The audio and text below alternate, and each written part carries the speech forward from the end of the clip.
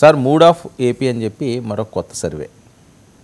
తెలుగుదేశం పార్టీకి టెన్షన్ ఉన్నది, ఆ ఎమ్మెల్యేలకి బీపీలు అని చెప్పి ఎలా చూడాలి సార్ ఈ టైంలో వస్తున్న ఈ సర్వేల సారాంశం? మూడ్ ఆఫ్ ఏపీ కొంచెం సాడ్ ఆఫ్ ఏపీ లాగా ఉంది, లేదా బ్యాడ్ ఆఫ్ టీడీపీ అని. అంటే అసంతృప్తిగా ఉన్నారు అని మామూలు మాటల్లో మనం విన్నప్పుడు రాజకీయ నాయకులు లేకపోతే ప్రజలు ఓటర్లు అనేక సందర్భాల్లో ఇది జరగలేదు అది జరగలేదని ఇట్లా ఉన్నది కాస్త వీళ్ళు పైగా చేసిన వాళ్ళు ఐఐటిఎన్స్.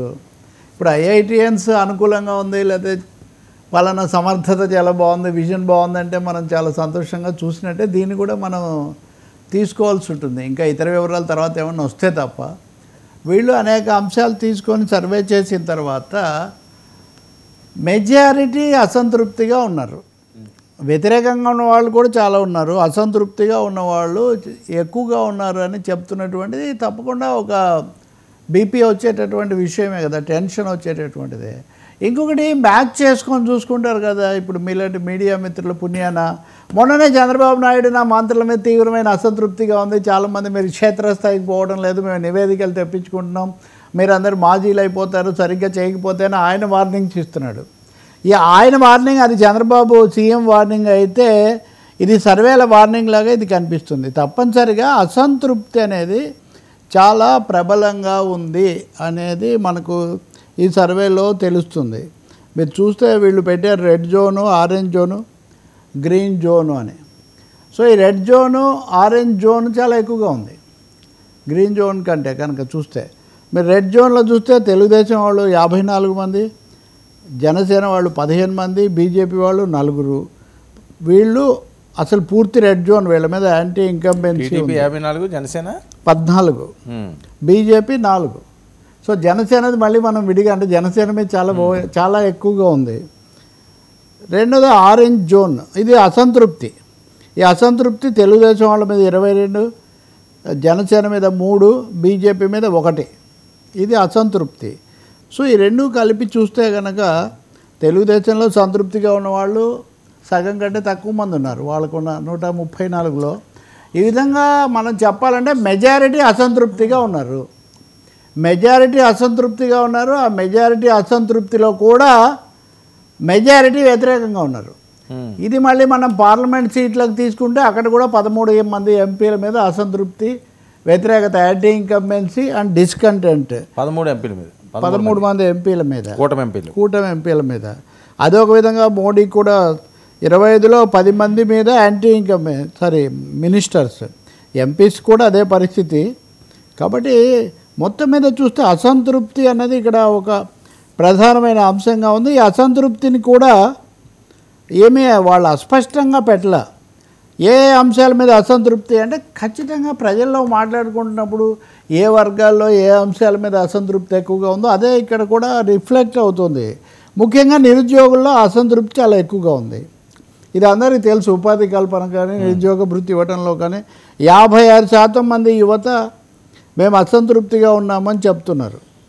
విద్యార్థులకు సంబంధించి చేస్తామన్న దాంట్లో కూడా 43% సంతృప్తి, అంటే 40% మంది అసంతృప్తి, 8% మంది పాక్షిక. సో ఇంకొకటి మహిళలకు 1500 రూపాయలు అన్న దాని మీద 49% వాళ్ళ అసంతృప్తి. ప్రతి రైతుకు ఆర్థిక సాయం మీద 57% మంది రైతుల అసంతృప్తి. అంటే మహిళలు, రైతులు, యువత ఇలా చూసుకుంటూ పోతే కీలకమైన వర్గాల్లో ఈ వాగ్దానాల అమలు, ఉచిత బస్సు ప్రయాణం మీద 52%.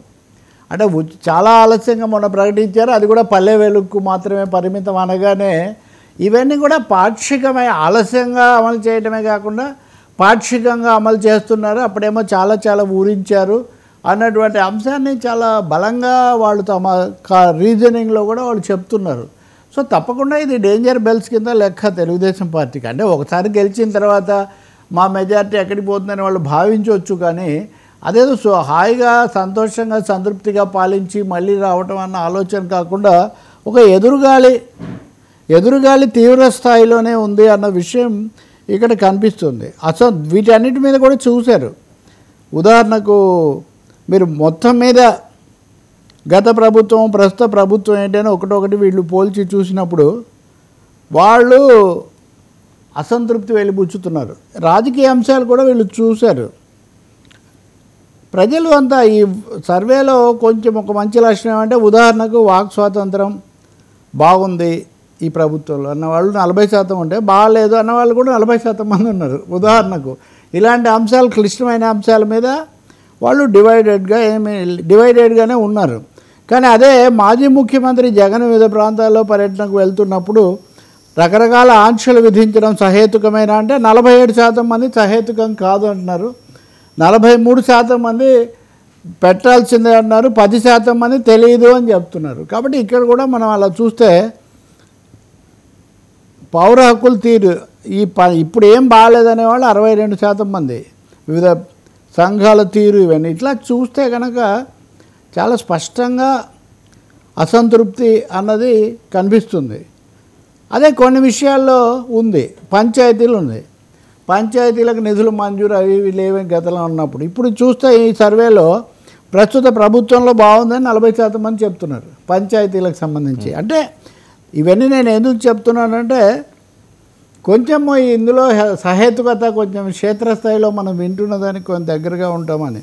ఏపీలో ఇసుక విధానం ధర మరి ఇసుక అన్నప్పుడు 37% మంది బాగుంది అంటే 43% మంది బాగాలేదు అన్నారు. ఏమి చెప్పమన్న వాళ్ళు ఒక 20% మంది. అన్నిటికంటే ముఖ్యమైనది మద్యం విధానం. ధరలు అందుబాటులో ఉన్నాయి, బెల్ట్ షాపులు ఎక్కువగా లేవు అని కితాబు ఇచ్చిన వాళ్ళు 26% మంది ఉన్నారు. కానీ అప్పుడు ఇప్పుడు పెద్ద తేడా లేదని చెప్పిన వాళ్ళు 47% మంది ఉన్నారు. సో ఇది మీరు కనుక చూస్తే హక్కులు, మాజీ ముఖ్యమంత్రి పర్యటన, లేకపోతే బస్సులు, స్కూల్ ఫీజులు, ఇలా ఒక్కొక్క టాపిక్ను మీరు గ్రేడింగ్ చేసుకుంటూ వస్తే కొంత వాళ్ళు ఆలోచించే చెప్తున్నట్టుగా మటుకు కనిపిస్తుంది. మైనింగ్ విషయంలో మైనింగ్ జరుగుతుంది, అవినీతి ఎక్కువగా ఉందనేది 42%, అవినీతి లేదన్న వాళ్ళు 36%, కొంతవరకు జరుగుతుందన్న వాళ్ళు 10%. అంటే ఇక్కడ కూడా ప్రతి విషయంలో కూడా రైతులకు సంబంధించిన అసంతృప్తి మనకు ఎక్కువగా కనిపిస్తుంది. రైతు భరోసా సరిగా పనిచేయలేదు. గ్రామీణ రోడ్ల పరిస్థితి ఉదాహరణకు గతం కంటే ఇప్పుడు కొంచెం బెటర్ అన్న వాళ్ళు ఎక్కువ ఉన్నారు, రోడ్లు వేస్తున్నారని అంటున్నారు. కాబట్టి మనం ఈ రెండింటినీ కంపేర్ చేసుకునే ఒక పరిస్థితి కూడా 36% మంది సంతృప్తి అంటే రోడ్ల విషయంలో, 35 సంతృప్తి లేదన్న వాళ్ళు 30%. అంటే వీళ్ళు ఒక 6% మంది ఎక్కువ ఉన్నారు. సో ఈ విధంగా ఒక్కొక్క అంశం ఎట్లా ఉన్నా ఓవరాల్గా సగం మంది మంత్రుల మీద అసంతృప్తి, 25లో 10 + 3 13. అంటే ఇది చంద్రబాబు మాటే కదా, ఎవరు ఏమన్నా కాదందామా ఇప్పుడు ఇంకో విధంగా మాట్లాడదామా అంటే 13 మంది ఎంపీలు, 13 మంది మంత్రులు కూడా. 13 మంది మంత్రులే, సారీ మా ఎంపీలది చెప్తాను, మంత్రులదే 10 మంది మంత్రుల మీద అసలు యాంటీ ఇన్కంబెన్సీ, 3 మీదేమో డిస్సాటిస్ఫాక్షన్. ఈ జాబితాలో ఆసక్తికరమైన పేరు నాదెండ్ల మనోహర్ది కూడా చాలా ఎక్కువగా ఉంది. లోకేష్కు బాగా సన్నిహితంగా ఉండి చేస్తున్న కొల్లు రవీంద్ర పేరు కూడా ఉంది అసంతృప్తి ఈ జాబితాలో.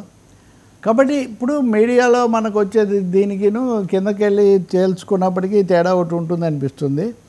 ఓవరాల్గా ఒక 164 మంది శాసనసభ్యులు ఉన్నారు కదా, 11 మంది కాదే. ఇందులో ఒక్క వైసీపీ ఆయన మీద కూడా అసంతృప్తి ఉన్నట్టు ఇందులో చెప్పట్లేదు. అంటే ప్రజలు బహుశా ప్రతిపక్ష ఎమ్మెల్యేల నుంచి ఏమీ వాళ్ళు ఆశిస్తున్నది జరుగుతుందనే ఆలోచన వాళ్ళకేమీ ఉండకపోవచ్చు. కానీ 164 మంది శాసనసభ్యులు ఉంటే వీళ్ళలో 90 మందికి పైగా అసంతృప్తిని, వ్యతిరేకతను కూడా ఎదుర్కొంటున్నారు అని నెల రోజులు, ఏడాది లోపలే నివేదికలు రావటము, అభిప్రాయాలు చెప్పడం అనేది ఖచ్చితంగా ఏ ప్రభుత్వం అయినా తీవ్రంగా తీసుకోవాల్సిన విషయం, దిద్దుకోవాల్సిన విషయం కూడా. మనం రోజు ఇప్పుడు ఉదాహరణకు పారిశ్రామిక అభివృద్ధి బాగుంది, ఇప్పుడు పెట్టుబడులు భలే వస్తున్నాయని రోజు వింటుంటాం మనం. ఆ విషయంలో కూడా అభిప్రాయం అడిగితే అది కూడా ఇలాగే ఉంది, వస్తుందని చెప్పడం ఎక్కువగా జరుగుతుంది కానీ నిజంగా వచ్చినటువంటిది ఏమీ లేదు, ఈ విషయాలన్నీ చూడాల్సిందే అని వాళ్ళు చెప్తున్నారు.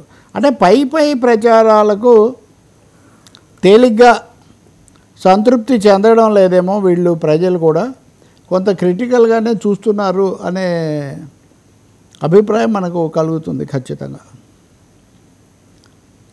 పవన్ కళ్యాణ్ చెప్పింది కూడా మహిళలు మిస్ అయ్యారు అని 40 అప్పుడు చెప్పారు కదా, ఈ ఆరోపణలపై మీ అభిప్రాయం చెప్పండి అంటే ఇది కేవలం రాజకీయ కక్షతో చేసిన ఆరోపణ మాత్రమే, నమ్మడం లేదని 49% మంది చెప్పారు. దాదాపు సగం మంది. ఒక 39% మంది మేము సమర్థిస్తున్నాం అన్నారు. 12% మంది మేము ఎటు చెప్పలేము అన్నారు. అంటే వాట్ ఆర్ పాలిటిక్స్, పొలిటికల్గా ఏం జరుగుతుంది అన్న కోణం కూడా వాళ్ళ మీద పనిచేసినట్టు కనిపిస్తుంది.